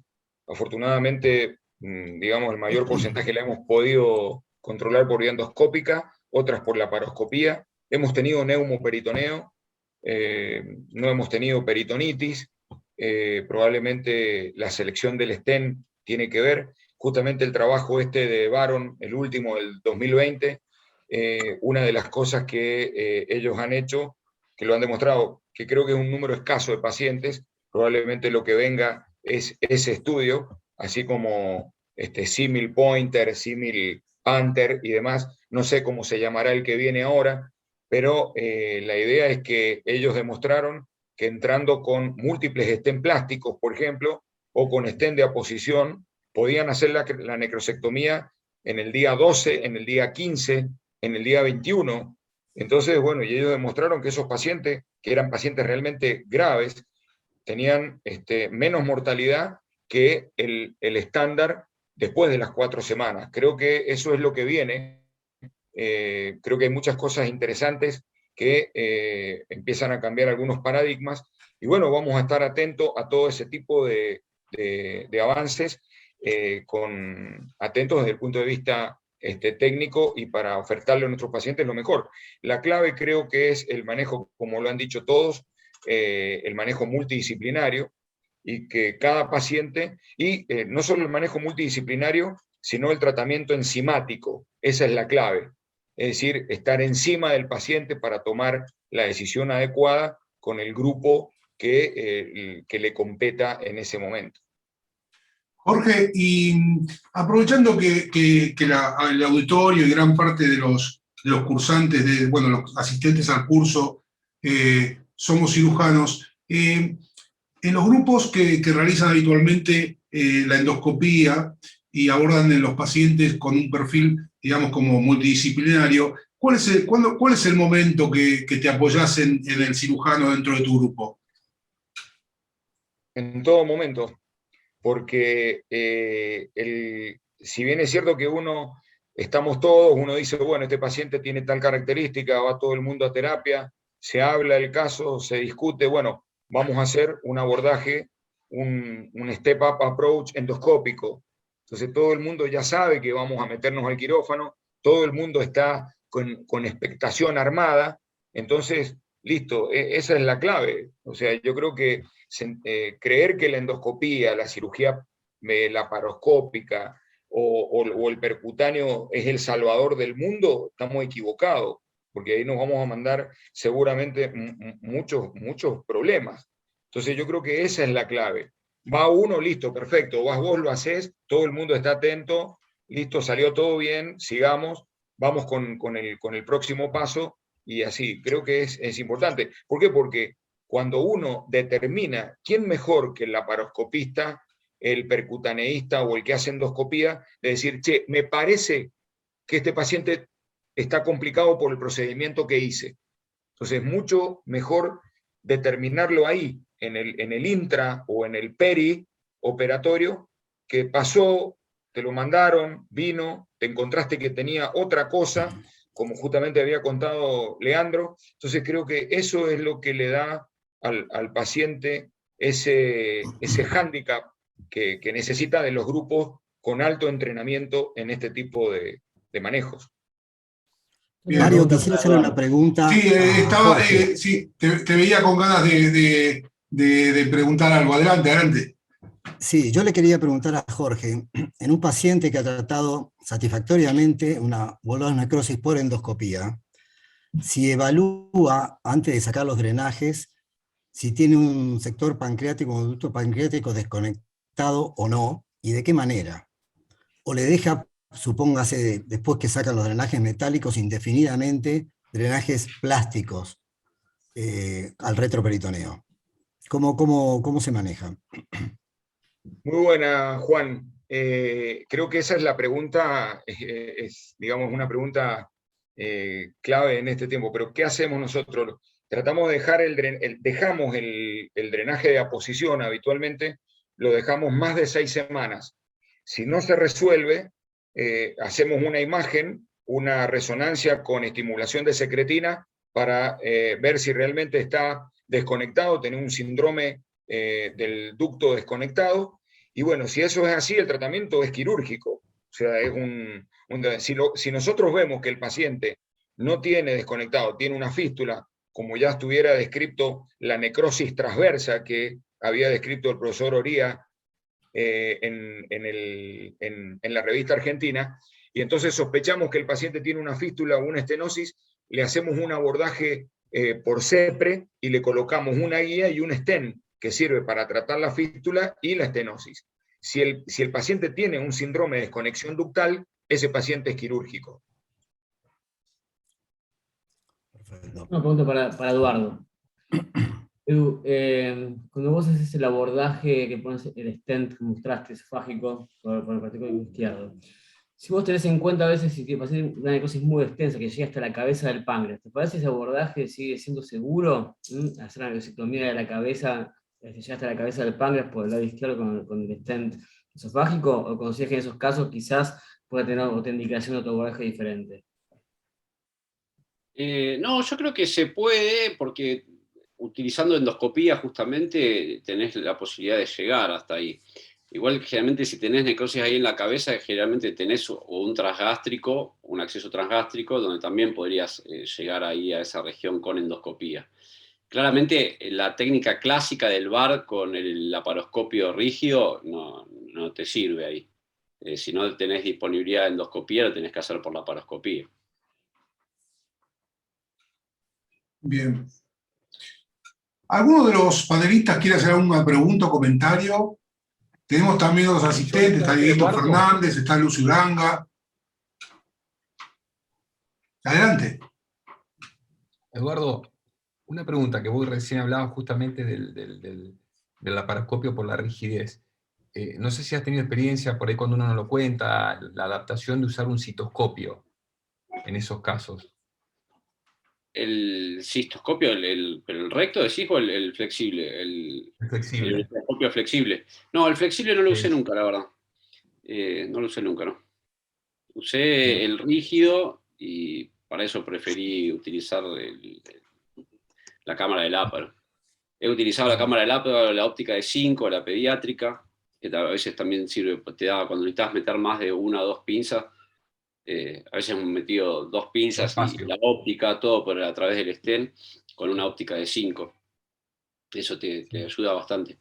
Pero cuando necesites irte, como el caso ese que les presenté, que tenés que ir a buscar necrosis arriba en el sufrénico, ahí si no tenés endoscopía o algo flexible, no llegás con algo rígido. ¿Algún otro comentario? Francisco, Paco. Sí, yo quería comentar un par de cositas. Una complicación que tuve una vez fue meter un tubo de una K225 en la porta, que la única solución fue quirúrgica.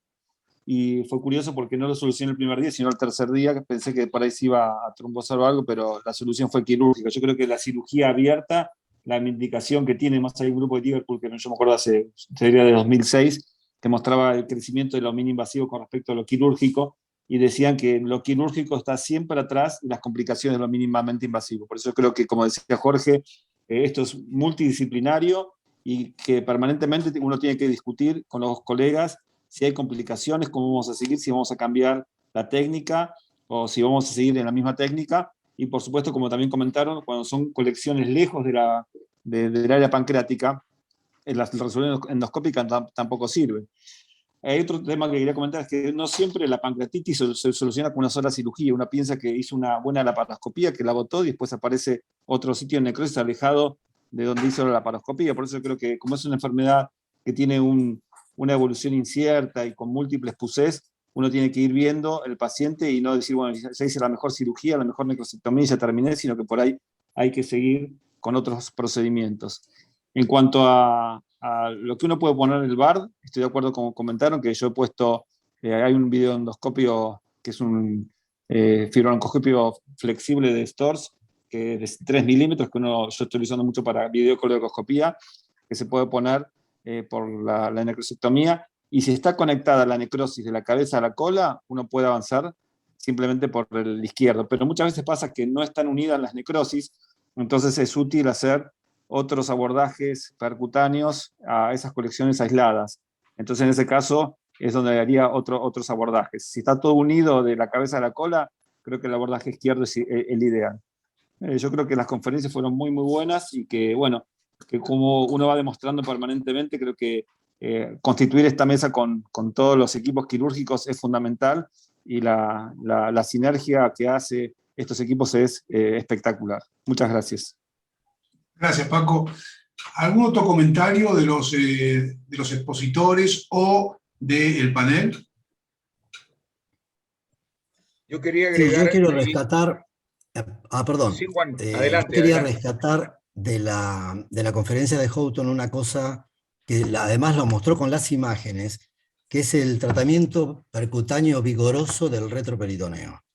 Es decir, el tratamiento percutáneo no es colocar un catéter y si no anda, pasar otra cosa, sino, como él mostró, no solamente drenar todo lo posible, sino drenar con catéteres de grueso calibre, aumentar el calibre de los mismos, reposicionarlos, y después, eventualmente, si es necesario, ir a una necrosectomía.